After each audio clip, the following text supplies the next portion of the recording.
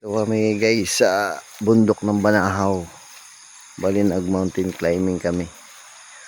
Ayan. Sa bundok kami.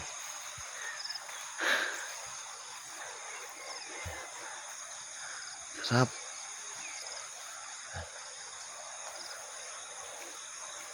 Malapit ka na sa langit.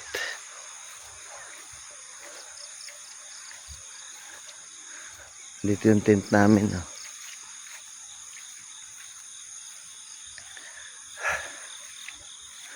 Yan, dyan kami natulog.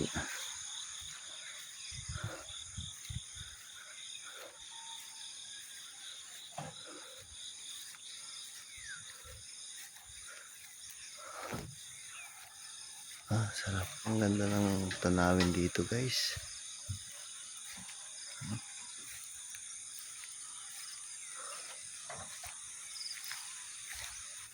Dito kapag magbabonfire ka rito.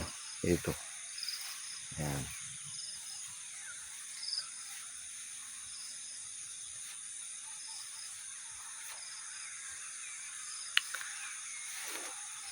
Yung mga nagba-mountain climbing dito sila nag-stay. Kasi may mga tulugan dito sa taas ng bundok. Ayan. Arkilain mo nga lang. Yung mga tulugan na yan, tent. Bali, rent ka ng mga matutulugan mo dito sa sa taas ng bundok. Ayan. Ay, may tao.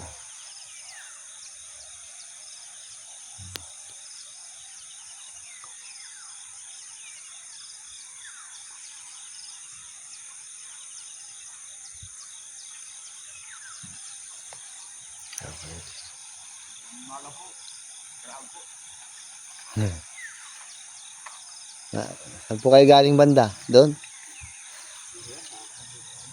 Nangangahoy. Tapos sarap matulog dito, tumira, tahimik, no? Tahimik ang lugar na to. Hindi ako nakadampa. Ay, may dampa kayo doon. Ayan, maganda. Sariwang mga pagkain dito. Di tulad sa Maynila ay talagang puro doon. Puro usok. Dito yung masarap. Paano kayo makakuha ng buko na yan? Ay, meron silang pang Kawit. Sarap magbuko dito. Ay, kilala nyo naman po yung mga nakalitan na ito. Ay, wala ho. Yung kamag-anak. Mga kamag-anak kami ni Atty. Nila boss Adric. Yan. Ang tatay no kasi yung may-ari nito, Atty. Ay, kakilala ko ni Atty. Ay yung yung amo ko yung kamag-anak. Kayo ba'y nangangain ng patula? Ay, patula. Nakakot na gulang laan. Kung kailangan nyo naman, uwi nyo na lang. May garing panglak sa itlog. Ano yung malaki na? Ay, oo nga, no? Binhina ho. Ay, binhina yan. Binhina rin. Ang ganda ng patula na ito, Ay, ba't ito dami naman? Ay, wala namang kakain ito. Ay, siya. Ako solo na. Ay, Balo na ako. wala kayong asawa? Ay, balo na ako. Ayan, bigyan ako ni kuya ng patula. Lagyan ko ng miswa.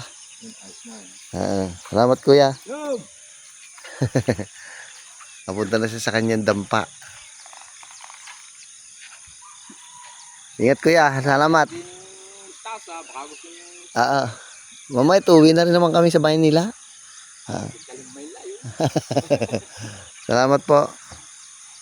Uwi na si kuya sa kanyang dampa at bigyan ako ng 3 patula. Ayan, galing doon. Galing doon sa bundok.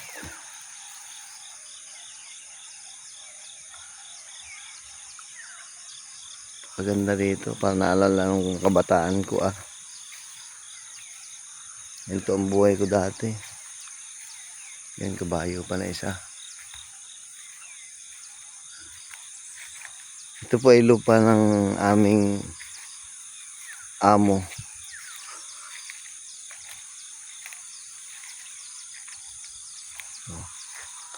Ayan. Ang taba ng kabayo. Ay, may mga peking duck pala doon. Ayun naman, mga Peking duck. Oo. Hindi na yun. Nakawala dito yung mga gansa.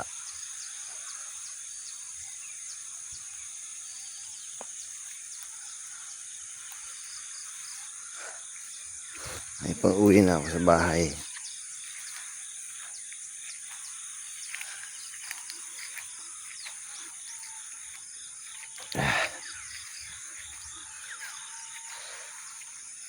Sarap nito lagyan ng